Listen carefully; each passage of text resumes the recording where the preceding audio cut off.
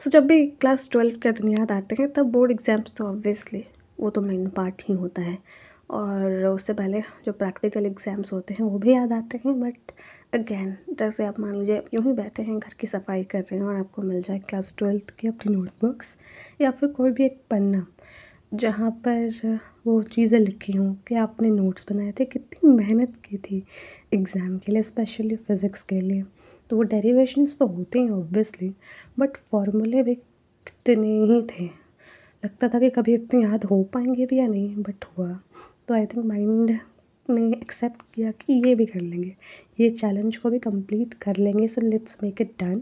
तो अभी जैसे मेरे सामने वो नोटबुक है, वो पेजेस हैं, तो मुझे लगा कुछ एक डिस्कशन इन पर भी बनता है थोड़ा सा।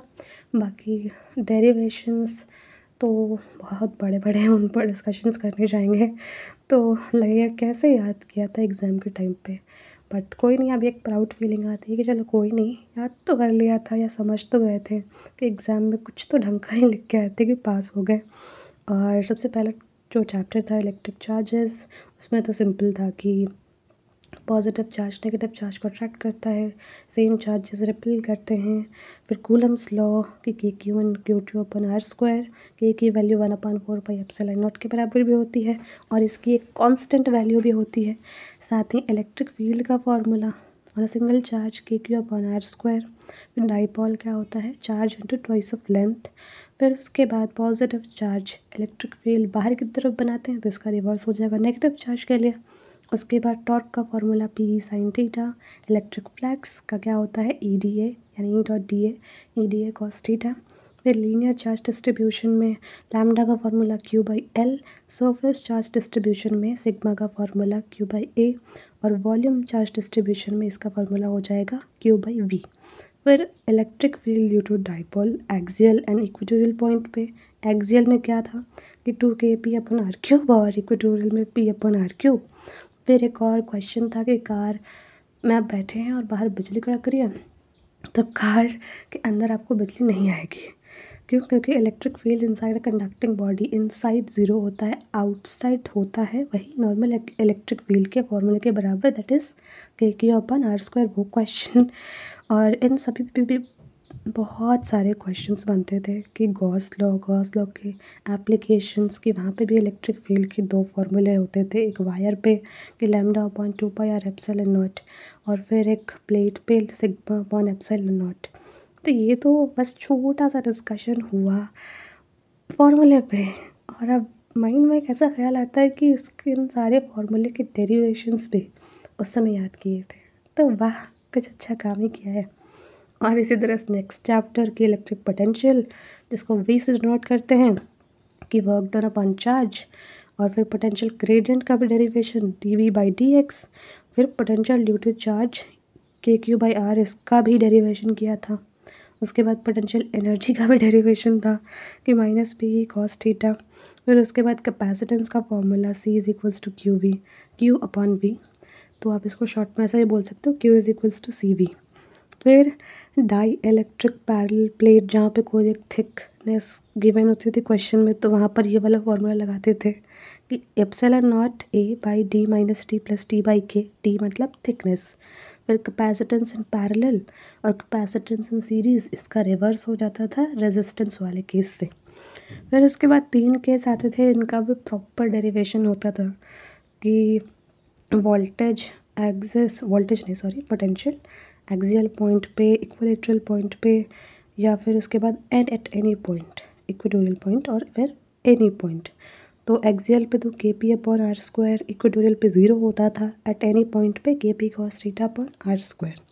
फिर उसके बाद कैपेसिटेंस का नॉर्मल फॉर्मूला एक और था पैरेलल प्लेट कैपेसिटर का, ε0 A/d। और फिर उसके बाद अगर कोई डाइलेक्ट्रिक मीडियम इंसर्ट है विदाउट एनी थिकनेस, तो बस K मल्टीप्लाई हो जाता था। फिर उसके बाद पोटेंशियल एनर्जी ऑफ, क्या लिखा हुआ है, चार्ज कंडक्टर। हाँ, पोटेंशियल एनर्जी का फॉर्मूला तो देखा, दैट इज़ PE। बट अगर उसमें चार्ज कंडक्टर इंक्लूडेड है देन हाफ QV। और फिर इसको आप ऐसे भी एक्सपैंड करके लिख सकते हो, हाफ Q²/C, फिर हाफ CV²। तो ये सारी चीज़ें लिखना, याद करना, इनकी डेरिवेशंस। और फिर third chapter current electricity, current is what, charge कितना ले जा रहे हो कितने टाइम में, मतलब चार्ज कितना जा रहा है कितने टाइम में। और फिर ड्रिफ्ट वेलोसिटी की V D is equals to E tau by M mass of electron. और फिर ड्रिफ्ट वेलोसिटी का एक और फार्मूला होता था, that is mu into E, capital E, that is electric field. Mu बोलते हैं मोबिलिटी को। तो मोबिलिटी का भी कोई एक फार्मूला होता था, वो भी आई थिंक मुझे मेरे नोट्स में ढूंढना होगा कि वो फार्मूला कहाँ है, बट कोई नहीं मिलेगा तो मैं ज़रूर बताऊँगी। मैं बस चेक कर रही हूँ, आपको आँखों देखा पूरा सीन डिस्क्राइब कर रही हूँ कि ये सारी चीज़ें लिखी हुई हैं कि ओम्स लॉ तो सिंपल है, V is equals to I R. जब आपका कांस्टेंट हो, कौन, आई थिंक रेजिस्टेंस और वोल्टेज कांस्टेंट हो तब ना, या फिर कुछ ऐसा केस होता था, sorry I am saying it wrong. और फिर इसके साथ करंट डेंसिटी का फार्मूला, करंट डेंसिटी को जे से डिनोट करते थे, J is equals to I by A, या फिर इसको आप J is equals to sigma into electric field भी कह सकते हो आप। वो the relation between I and drift velocity, current and drift velocity, that is N, I is equals to N into E into drift velocity into a area. Power is equals to what, work done into what amount of time. इसको expand करके ऐसे भी लिखते थे आई square are, उसको आगे ऐसे भी लिखते थे वी स्क्वायर बाई आर। फिर आगे और भी एक वो टेम्परेचर डिपेंडेंट रेजिस्टेंस वाला फार्मूला था। देन वेटस्टोन बैलेंस कंडीशन, वो तो आई थिंक फेवरेट था बिकॉज वही सबसे इजी था।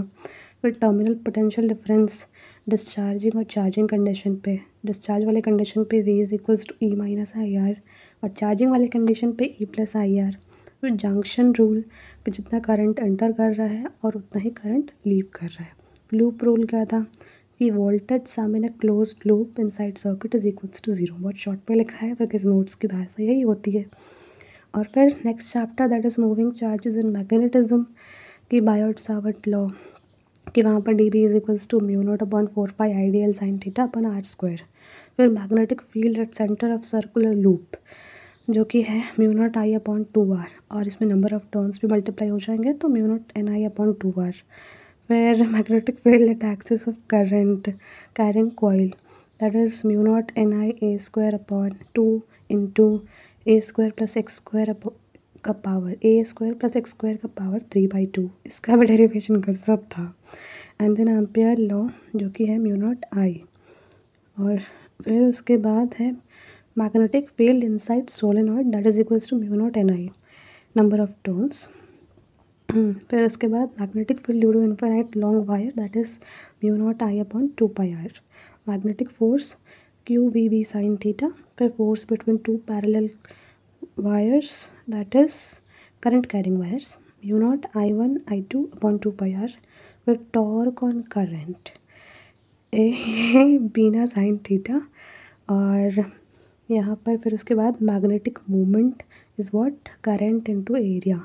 फिर यहाँ पर मैग्नेटिक मूवमेंट का एक और फार्मूला हो जाता है that is N I A, and magnetic dipole का Q into 2l, electric dipole जैसा ही। फिर force on current carrying conductor is equals to I B L sine theta. इसका भी कितना बड़ा डेरिवेशन था। द नेक्स्ट चैप्टर का क्या है यहाँ पर, तो ये मैग्नेटिज्म एंड मैटर सबसे डिफरेंट चैप्टर लगा था मुझे, जिसके फॉर्मूलाज तो मैं बस ऐसे ही पढ़ कर गई थी। यहाँ पर एक ये है कि torque on magnetic dipole in uniform magnetic field M cross B. फिर इसके बाद क्यूरीज लॉ है कि कुछ डिफरेंट है, इसको मैं बहुत भूल गई हूँ बट कोई नहीं। मैग्नेटाइजेशन की इंटेंसिटी क्या है, एम बाई वी। और relative permeability I think 1 + xm x of m। And यहाँ पर डिफरेंट फॉर्मूलाज तो है ही जो कि थोड़े ज़्यादा ही डिफरेंट हैं। ये चैप्टर इन जनरल मुझे सबसे ज़्यादा डिफरेंट लगता था, बट कोई नहीं है, आई एम हैप्पी कि चलो हो गया। और इसके साथ साथ यहीं पर तो था ना वो 3 केसेस मैग्नेट के टाइप के, पैरामैग्नेटिक, फेरोमैग्नेटिक, ऐसा वो 3 टेबल, इन तीनों एक और था। इन तीनों के बीच का difference was really important because exam में, बोर्ड एग्ज़ाम में एक क्वेश्चन तो आया ही था, फाइनल बोर्ड एग्ज़ाम में जो मेरे पेपर में था। फिर नेक्स्ट चैप्टर क्या था, ईएमआई की, ईएमआई में क्या क्या लिखा हुआ है कि magnetic flux is equals to B A cos theta, induced EMF is equals to minus D phi by D T. ये फैराडेज सेकंड लॉ, और ये दोनों लॉज भी बहुत इंपॉर्टेंट है बिकॉज ये भी क्वेश्चन मैंने देखा था अपने पेपर में। मैं सबका नहीं बता सकती बट अपना तो बता सकती हूँ। दैट मोशनल ईएमएफ की electric field is equals to B L V. इससे तो एक वो जो क्वेश्चन है वो परमानेंट क्वेश्चन है, वो बार बार आता है, आते ही रहता है, या फिर आता नहीं है तो प्रैक्टिस में अगर आप सैम्पल पर करोगे then definitely it will come. और फिर और क्या चीज़ें थी कि induced current is equals to EMF upon resistance, या फिर ये इसको आप ऐसे भी लिख सकते हो कि n by A into D phi by D T, ये भी हो सकता है। और फिर म्यूचुअल इंडक्टेंस का फॉर्मूला, सेल्फ इंडक्टेंस का फॉर्मूला, सेल्फ का तो minus L D I by D T, mutual का एल की जगह पे एम आ जाएगा। फिर एक और इसमें फॉर्मूला था कि self inductance of solenoid and mutual inductance of solenoid, दो केसेस थे। तो म्यूचुअल इंडक्टेंस का तो डिस्कस कर लिया, सिर्फ एल की जगह पे एम आ जाएगा, but mutual inductance of solenoid में वो थोड़ा डिफर हो जाएगा, that is mu naught N1 N2 A by L. और फिर सेल्फ इंडक्टेंस ऑफ सोलेनॉइड में भी थोड़ा सा डिफरेंट होगा कि mu naught N square A by L. यहाँ पर नंबर ऑफ़ टर्न्स सेम होते हैं लेकिन म्यूचुअल इंडक्टेंस ऑफ सोलेनॉइड में नंबर ऑफ़ टर्न्स डिफरेंट हो जाते हैं। फिर एनर्जी का फॉर्मूला क्या था, B square V square L square by R. तो यहाँ पर म्यू नॉट की भी एक कोई कांस्टेंट वैल्यू थी, फिर सबकी एसआई यूनिट, वो सारी चीज़ें याद करना it was a big task at that time. And अभी थोड़ा सा ही नोट्स पढ़ा है बट वो अच्छी फीलिंग आ रही है कि चलो फाइनली 12 ख़त्म, अच्छी बात है। जिसने आगे साइंस लिया है अच्छी बात है, नहीं लिया है तो भी अच्छी बात है। फिर एसी चैप्टर, इसमें तो सारा डेरिवेशन डेरिवेशन डेरिवेशन डेरिवेशन ही था, क्योंकि I is equals to I naught sine omega T, V is equals to V naught sine omega T. V I R M S मतलब I root mean square, I naught by root two, V R M S भी V naught by root two. फिर I average full cycle में 0 होता है और I average half cycle में 0.67 into I not. इसका graph बहुत इंपॉर्टेंट था इलेक्ट्रिक फील्ड और मैग्नेटिक फील्ड का, जो कि एक EM वेव्स में भी है, और इस वाले चैप्टर वाला भी इम्पॉर्टेंट है।